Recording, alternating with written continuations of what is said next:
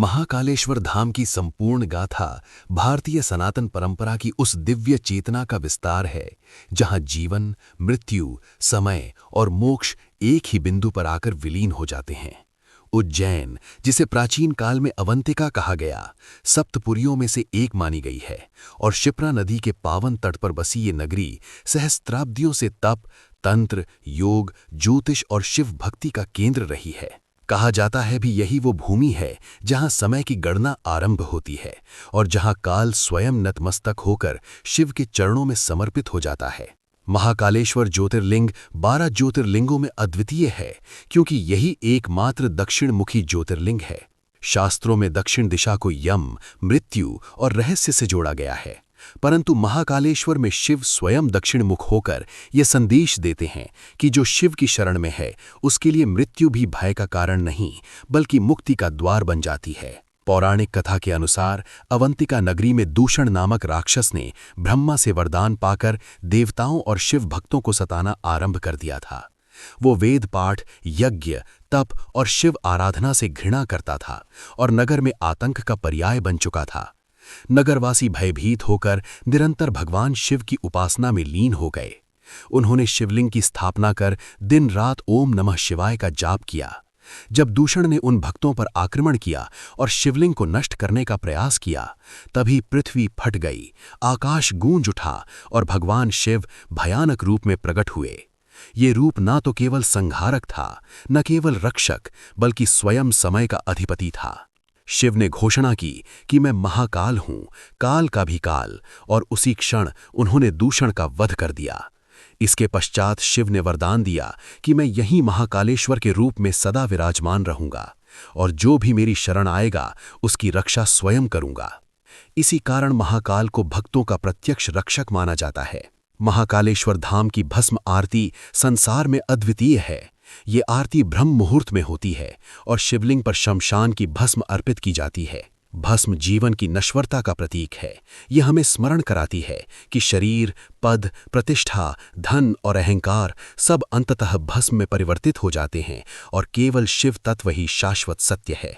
भस्म आरती केवल एक धार्मिक अनुष्ठान नहीं बल्कि वैराग्य, आत्मबोध और मृत्यु के साक्षात्कार की साधना है।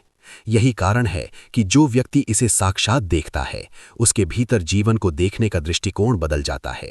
महाकालेश्वर धाम क्षिप्रा नदी के तट पर स्थित है, जिसे मां क्षिप्रा कहा जाता है। मान्यता है कि स्वयं गंगा यहां आकर स्नान करती हैं। प्रत्येक 12 वर्षों में यहां सिंहस्थ कुंभ का आयोजन होता है, जो 4 प्रमुख कुंभ मेलों में से एक है। इस दौरान करोड़ों श्रद्धालु, साधु संत, अखाड़े और योगी यहां एकत्र होते हैं और समूची अवंतिका नगरी शिवमय हो जाती है। उज्जैन को तंत्र साधना का भी प्रमुख केंद्र माना जाता है। यहाँ काल भैरव स्वयं नगर के कोतवाल माने जाते हैं और उनकी पूजा में मदिरा अर्पण की परंपरा है। ऐसा माना जाता है कि बिना काल भैरव की अनुमति के उज्जैन में कोई साधना पूर्ण नहीं होती। अनेक सिद्ध साधकों ने यहाँ महाकाल की आराधना से असाधारण सिद्धियां प्राप्त की। महाकाल केवल सौम्य नहीं बल्कि उग्र भी हैं। वे जितने करुणामय हैं उतने ही न्यायकारी भी। इतिहास साक्षी है कि महाकालेश्वर मंदिर पर अनेक आक्रमण हुए। विदेशी आक्रांताओं ने इसे बार बार नष्ट करने का प्रयास किया, परंतु हर बार ये मंदिर पुनः खड़ा हुआ, मानो स्वयं महाकाल इसकी रक्षा कर रहे हों। मलाठा काल में पुण्य श्लोक रानी अहिल्याबाई होलकर ने इसका भव्य पुनर्निर्माण कराया और आधुनिक काल में भी मंदिर का विस्तार और सौंदर्यीकरण हुआ, परंतु इसकी आत्मा, इसकी चेतना और इसका रहस्य आज भी वही है। महाकालेश्वर धाम ये संदेश देता है कि जीवन का अंत मृत्यु नहीं है बल्कि एक नई यात्रा का आरंभ है। जो व्यक्ति महाकाल की शरण में आता है उसके भय, ग्रह दोष, काल सर्प योग और अकाल मृत्यु के भय स्वतः नष्ट हो जाते हैं।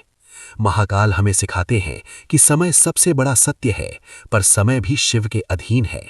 जो शिव को जान लेता है वो मृत्यु से नहीं डरता, वो जीवन को भी आसक्ति से नहीं पकड़ता। महाकालेश्वर धाम केवल एक मंदिर नहीं बल्कि वो द्वार है जहां जीवन और मृत्यु एक दूसरे से संवाद करते हैं, जहां मनुष्य अपने अहंकार को त्याग कर ये स्वीकार करता है कि वो क्षणिक है और शिव शाश्वत है। यही कारण है कि महाकाल को मोक्ष का द्वार कहा गया है।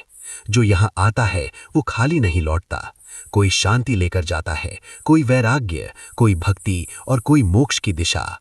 और इसी में महाकालेश्वर धाम की संपूर्ण गाथा निहित है। एक ऐसी गाथा जो मनुष्य को स्मरण कराती है कि अंत में केवल शिव ही सत्य है। हर हर महादेव, जय श्री महाकाल।